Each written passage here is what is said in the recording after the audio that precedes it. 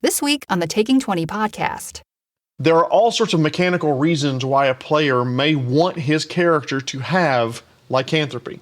But before you decide to allow that to happen, you need to understand what lycanthropy is in your game.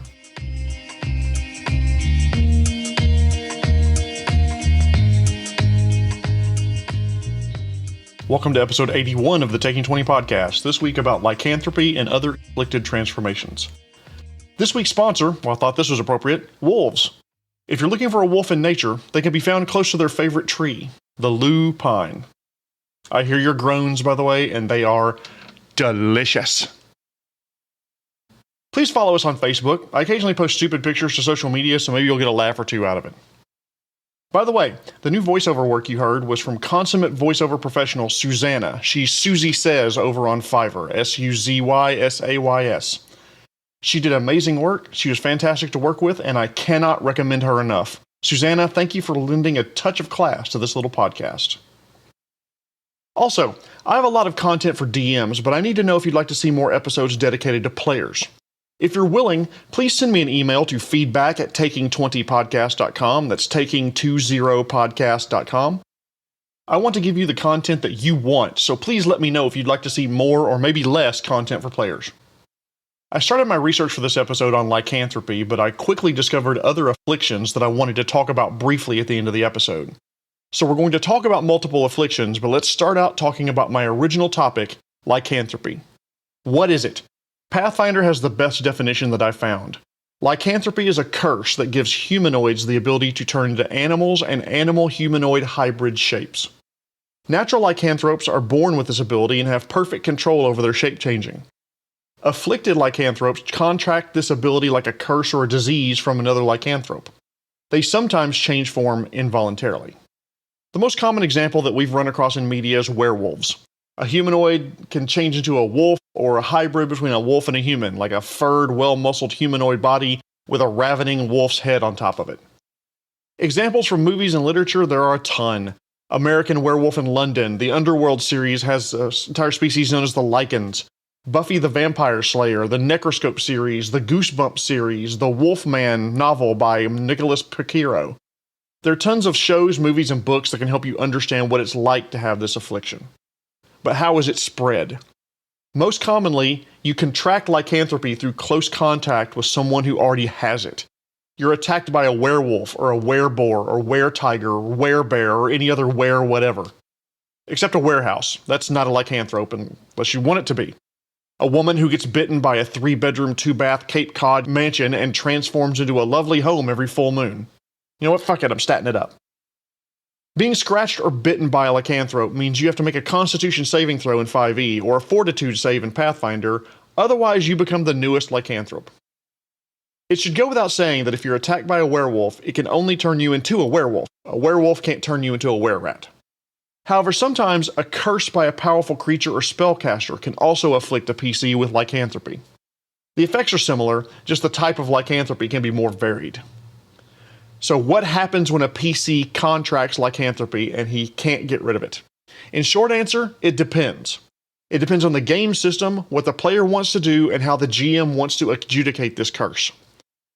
In 5th edition, the character mostly retains their existing statistics. The exceptions include the movement speed and non-humanoid form changes. They gain immunities, traits, and actions that don't involve equipment. They also increase one statistic if they're under the minimum cap for that value. Their alignment may change at the DM's discretion, and they may gain abilities like keen smell, keen hearing, pounce, charge, and others. It depends on the type of lycanthrope that they turn into.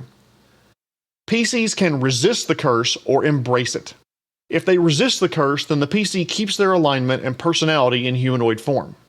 Most of the time, the beast is buried within you. You're strong enough to keep it at bay, but when the moon is full, the curse can't be resisted and the PC transforms into its beast or hybrid form. It keeps it until the moon wanes and the PC can regain control. However, if the PC embraces it, over time they can learn to master the curse and change form at will. They may even be able to stop themselves from becoming bloodthirsty evil monsters that see weaker humans as prey.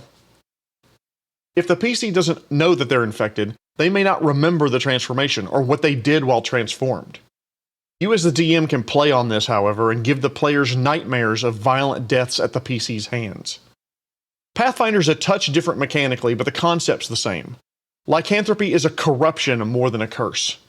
It affects the PC in stages. In stage 1, the first time you lose control, you kill a defenseless small animal like a bird or a rodent or maybe a dog. At stage 2, however, the second time you transform and lose control, you kill something bigger like a horse or a cow or pig. And then the third time it happens, you kill a nearby sentient humanoid, at which point the corruption becomes incurable and you are doomed to live a life of lycanthropy, forever turning evil and being an NPC under the GM's control. Players will be tempted to try and cheese your game, by the way, if you've never heard that phrase meaning exploit the rules, by trying to take advantage of being a werewolf or a wereboar or whatever type of lycanthrope it is, and try to diminish the negative effects. Being a were-whatever has huge mechanical advantages. Your damage increases, you gain a natural attack with claws and a bite, you have a strength increase or some other ability score that goes up. There are all sorts of mechanical reasons why a player may want his character to have lycanthropy. But before you decide to allow that to happen, you need to understand what lycanthropy is in your game. Is it a curse or a blessing? Are there good lycanthropes in your world? If so, are there colonies where lycanthropes can go to not be hunted like animals? The Pathfinder world of Golarion is a town called Wolf's Ear, where afflicted people can go and live out their lives without persecution, but they keep the existence of this town a secret from outsiders. Lycanthropes are viewed as monsters in most worlds and most game systems. PCs, if they want to remain lycanthropes, should have to go to great lengths to make sure their existence as a shape-changing humanoid stays a secret.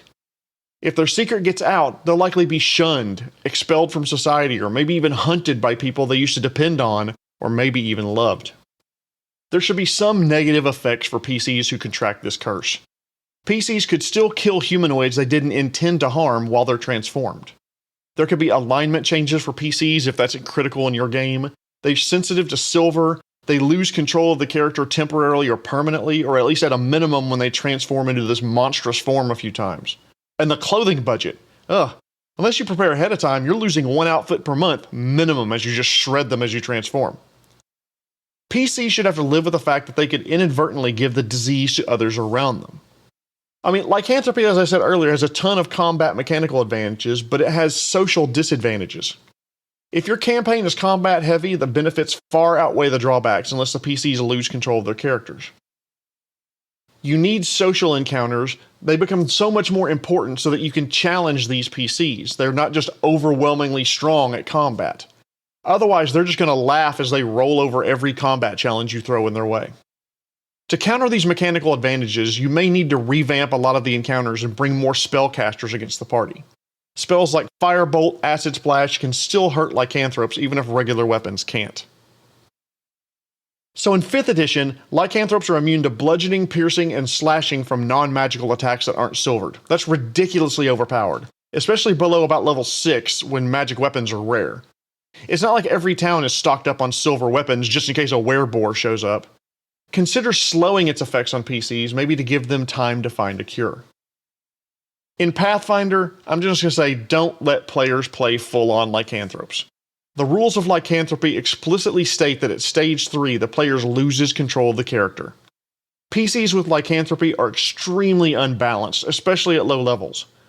However, they did add an ancestry called skinwalkers in 1st edition. It gives the flavor of being a lycanthrope without the seriously powerful immunities. As of this recording, there's not a similar ancestry in Pathfinder 2nd edition, but with the sheer number of books announced for the next 12 months, I'd be surprised if one doesn't show up shortly. Regardless, encourage your players to come up with cures. They can use herbalism, so plants like Wolf's Bane and Belladonna can help. They can use spells like Remove Disease, Heal, and Remove Curse. Another thing that's mentioned is slaying the source of your corruption at the height of the next full moon, and then as soon as you do that, you consume 1 dose of Belladonna per 2 manifestation levels you have all at once. So you have to chow down on a giant salad right after you track down the werewolf, which may be tough, meet them during the next full moon, also tough, and then chomp down on salad like a sheep with an eating disorder. DMs, I'm encouraging you to find creative cures for lycanthropy in your game world.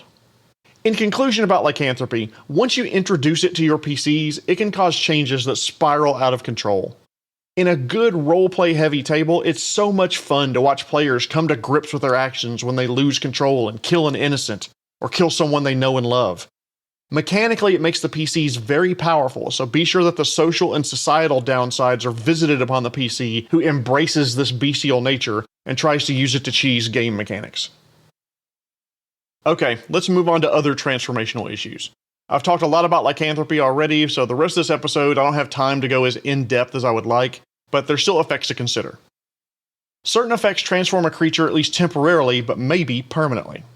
Petrification was covered in episode 71, but it's worth mentioning here as well. It's the ultimate debilitating condition, and it's a potential major transformational issue. They were once flesh and blood, now they're a highly detailed statue as they've turned to stone. If the players turn to stone, they are effectively in suspended animation, in 5th edition and Pathfinder 1st and 2nd edition. They are unaware of their surroundings, so they can't see or hear what's going on. The jury is out, and there's a hot debate over whether they experience the passage of time at all. I generally say no. If someone was petrified in June and they came out of it in December, they'd be confused as hell by all the holiday decorations. Most game systems use the word unconscious, so that's my justification for the fact that they don't experience time the same way a non-petrified person does. That being said, if any part of a statue is broken, the same part would be gone if they were returned to flesh. These are horrible ideas, by the way, and we could go to a very, very dark place talking about this. But just know that if you're trying to save someone and they're currently a statue, just make sure the statue is whole before you cast that stone to flesh spell. Otherwise, they might have their arms removed, or only half a person, or I'll leave the rest of it to your imagination. There are also post-death transformational issues if the PC is slain by certain creatures, especially certain undead. Shadows, for example, PCs slain by a shadow rise as a new shadow after a period of time, whether that's 30 seconds in Pathfinder 1st edition or a few minutes or a period of time in 5th edition. Ghouls and ghasts can give someone the disease ghoul fever, which causes them to rise from their grave like a ghoul if they die from it. Hey, we went back to town for a resurrection scroll, it's time to go resurrect Griala. Wait, where is she? She died right here. The issue here is that the corpse may have reanimated and wandered off somewhere. Generally, the character is lost at that point unless the party can find that one ghoul that used to be Griala.